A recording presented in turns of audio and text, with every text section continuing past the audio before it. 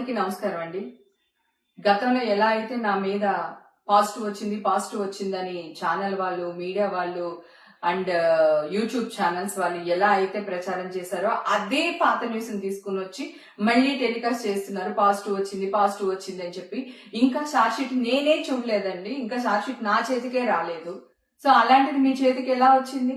మీరు ఇలాంటి న్యూస్ ఎందుకు స్ప్రెడ్ చేస్తున్నారో నాకు అర్థం కావట్లేదు. నేను చాలా ప్రయత్నిస్తున్నాను. ఈ మధ్య కాలంలో ఎన్టీవీలో మళ్ళీ న్యూస్ యథావిధిగా చేస్తున్నారు. ఎన్టీవీతో నాకున్న ప్రాబ్లం ఏంటంటే అక్కడ క్రైమ్ రిపోర్టరు రమేష్ వైట్లా అని చెప్పి ఆయన ఉన్నారు. లాస్ట్ టైం కూడా పుడింగ్ ఎలిమెంట్ విషయంలో కూడా ఇట్లానే రాంగ్ న్యూస్ వేశాడు అతను. నేను ఎన్టీవీకి వెళ్ళాను, అక్కడ ఎవరు లేరండి, చౌదరి గారు రాలేదన్నారు. సరే అండి అని చెప్పి అతని నెంబర్ తీసుకుని ఆయనకి ఫోన్ చేశారు, రమేష్ వైట్లకి ఫోన్ చేసి, ఏమండి నేను లేను అక్కడ, నా న్యూస్ వేయకండి ప్లీజ్, నా పేరు తీసేయండి అన్నా. మాకు పోలీసులు ఇచ్చారు, మేమెందుకు తీయాలని కొంచెం గట్టిగానే అరిచాడు ఆయన. అరిస్తే సరేనండి నేను మాట్లాడుతున్నాను, మీరు అరుస్తున్నారు, సరే మీరు ఎక్కడున్నారు చెప్పండి, నేను అక్కడికి వచ్చి మాట్లాడుతాను అన్నా. Okay, Banjara hills police station దగ్గర ఉన్నాను రండి అన్నాడు. సో నేను ఇమ్మీడియట్ గా call Banjara hills police station కి వెళ్ళాను. వెళ్తే అక్కడ అతను లేడు. అక్కడ వాళ్ళందరినీ అడిగే మీడియా వాళ్ళని, ఏమండి రమేష్ వైట్ల ఎక్కడ ఉన్నారు అంటే లేదండి వెళ్ళిపోయారు అన్నారు. అంటే నేను వస్తున్నాను అని చెప్పిన తర్వాత కూడా అతను అక్కడి నుంచి వెళ్ళిపోయాడు. ఓకే, తర్వాత నేను అక్కడ అరిచాను, ఎట్లా ఎన్టీవీ వాడు న్యూస్ వేస్తాడు నా పైన, నేను అక్కడ లేనని చెప్పేసి అడగడం జరిగింది. అది మీ అందరికీ తెలుసు. ఇప్పుడు కూడా అదే విధంగా మొన్న ఒక అతను ఫోన్ చేశాడు, ఎక్కడి నుంచి, ఎన్టీవీ నుంచి మాట్లాడుతున్నామండి, రమేష్ వైట్ల గారు మీకు ఫోన్ చేయమన్నా, నేను వాళ్ళ అసిస్టెంట్ ని అని అన్నాడు. ఓకే ఏంటమ్మా అని అడిగా.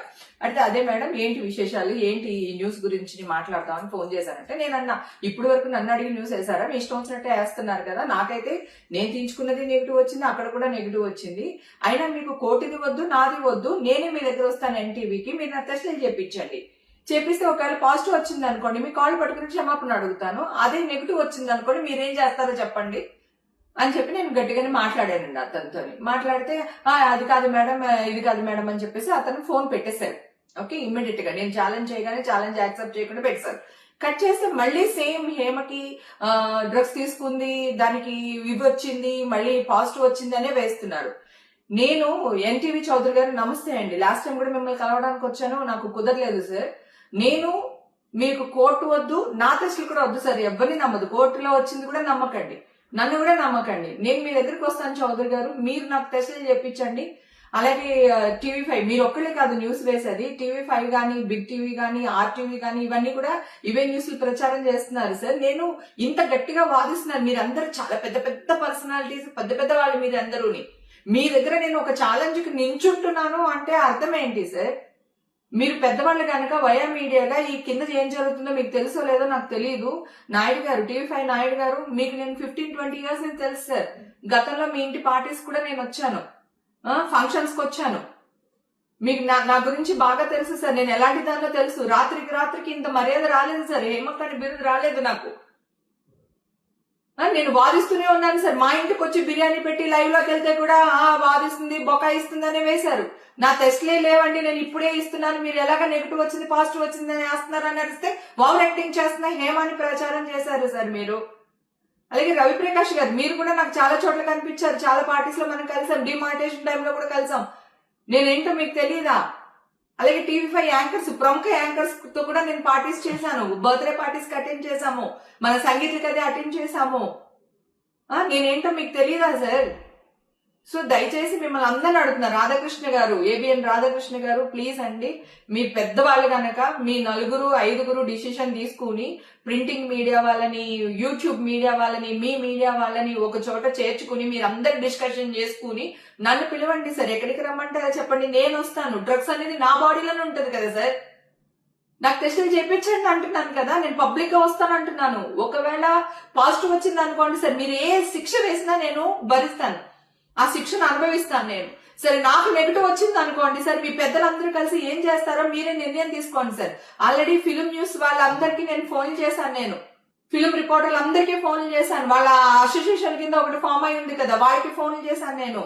సాక్షి టీవీ స్వప్నతో కూడా మాట్లాడాను. అలాగే డిజిటల్ మీడియాకి సంబంధించి గ్రేట్ ఆంధ్ర మూర్తి గారితో ప్రేమతో కూడా డిస్కషన్ చేశాను. లక్ష్మీనారాయణ ఎన్టీవీ, మన ఇది వరకు మీ టీవీలోనే పనిచేసేవాళ్ళు ఎన్టీవీలో, ఇప్పుడు టీవీ9 కి వచ్చారు, అతనితో మాట్లాడాను, రాంబాబుతో మాట్లాడాను, నాయుడుతో మాట్లాడాను, స్వప్నతో మాట్లాడాను, తర్వాత శేఖర్, వంశీ, మా ఫిల్మ్ న్యూస్ వాళ్ళు ఎవరైతే ఉన్నారో వాళ్ళందరితో మాట్లాడాను సార్. నాకు టెస్టులు చేయించండి, మీరు ఎక్కడికి రమ్మన్నా వస్తాను, మీరు ఏం చెప్పినా చేస్తాను, ఒకవేళ పాజిటివ్ వస్తే మీ ఇష్టం అని వాళ్ళందరితో కూడా మాట్లాడాను సార్. నేను మాట్లాడిన తర్వాత కూడా ఎగైన్ ఈ న్యూస్ లో వస్తున్నాయి. మేమే చూడలేదు సార్ ఇంకా షార్ట్ షీటు, మీ దాకా ఎలా వస్తుంది? ఎవిడెన్సెస్ ఏంటి సార్ నాకు అర్థం కాదు. ఈ న్యూస్లు మీరు వేయడం వల్ల మీ న్యూస్లు చూసి మా అమ్మకి యాంగ్జైటీ అయిపోయింది. మొన్న నైట్ ఇక్కడికి తీసుకుని వచ్చారు సార్. నిన్నంతా నీమ్స్ లో ఉండి డాక్టర్ భూషణ్ గారు మా అమ్మగారికి ట్రీట్మెంట్ చేస్తున్నారు. 75 years మా అమ్మగారికి. ఆవిడకి 2 కిడ్నీలు పనిచేయదు సార్, 70% పనిచేయవు ఆవిడకి. బ్లైండ్ లో క్లాట్ ఉంది దానికి. ఈ గుడ్డు పడుకున్నది గుట్లేదు, డోర్ పెట్టుకున్నది గుట్లేదు, ఊడ్చిలాడుతున్నారంట. ఏడు చెప్తున్నారు అదే అప్పుడు గుట్లేదు నాకు. మీ వల్ల నేను పరువు కోసం చచ్చిపోతాను సార్, పరువు కోసం చచ్చిపోతాను నేను. నా ఫ్యామిలీ తలదించుకునే పని ఈ రోజు వరకు చేయలేదు. నా ఇండస్ట్రీ నా వల్ల తలదించుకునే పని ఏ రోజు చేయలేదు సార్. ఈ రోజు కూడా చెయ్యను, గతంలో చేయలేదు, ఫ్యూచర్ లో చెయ్యను సార్. దయచేసి దండం పెడుతున్నాను మీకు. దయచేసి మీ పెద్దవాళ్ళందరూ రాధాకృష్ణ గారితో సహా, నాయుడు గారు, రాధాకృష్ణ గారు, ఎన్టీవీ చౌదరి గారు, మీరందరూ కలిపి ఒక డిసిషన్ తీసుకుని నన్ను ఒక 2-3 రోజుల్లో మీ దగ్గరికి పిలవండి సార్. పిలిచి నాకు టెస్టులు చేయించండి. కోర్టు వద్దు, ఏమొద్దు, మీరు టెస్టులు చేయించండి. నేను రెడీగా ఉన్నాను. నేను మీకు అందరికీ సారీ చెప్తాను సార్. మీరు ఏ శిక్ష ఇస్తే అనుభవిస్తాను. అలాగే నాకు నెగిటివ్ వస్తే నాకేం న్యాయం చేస్తారో చెయ్యమని అడుగుతున్నాను సార్ నేను. Thank you sir. మరిన్ని వీడియోస్ కోసం ఛానల్ ని సబ్స్క్రైబ్ చేయండి. లేటెస్ట్ అప్డేట్స్ కోసం వాట్సాప్ ఛానల్ ని ఫాలో చేయండి. అండ్ లింక్ డిస్క్రిప్షన్ లో ఉంది.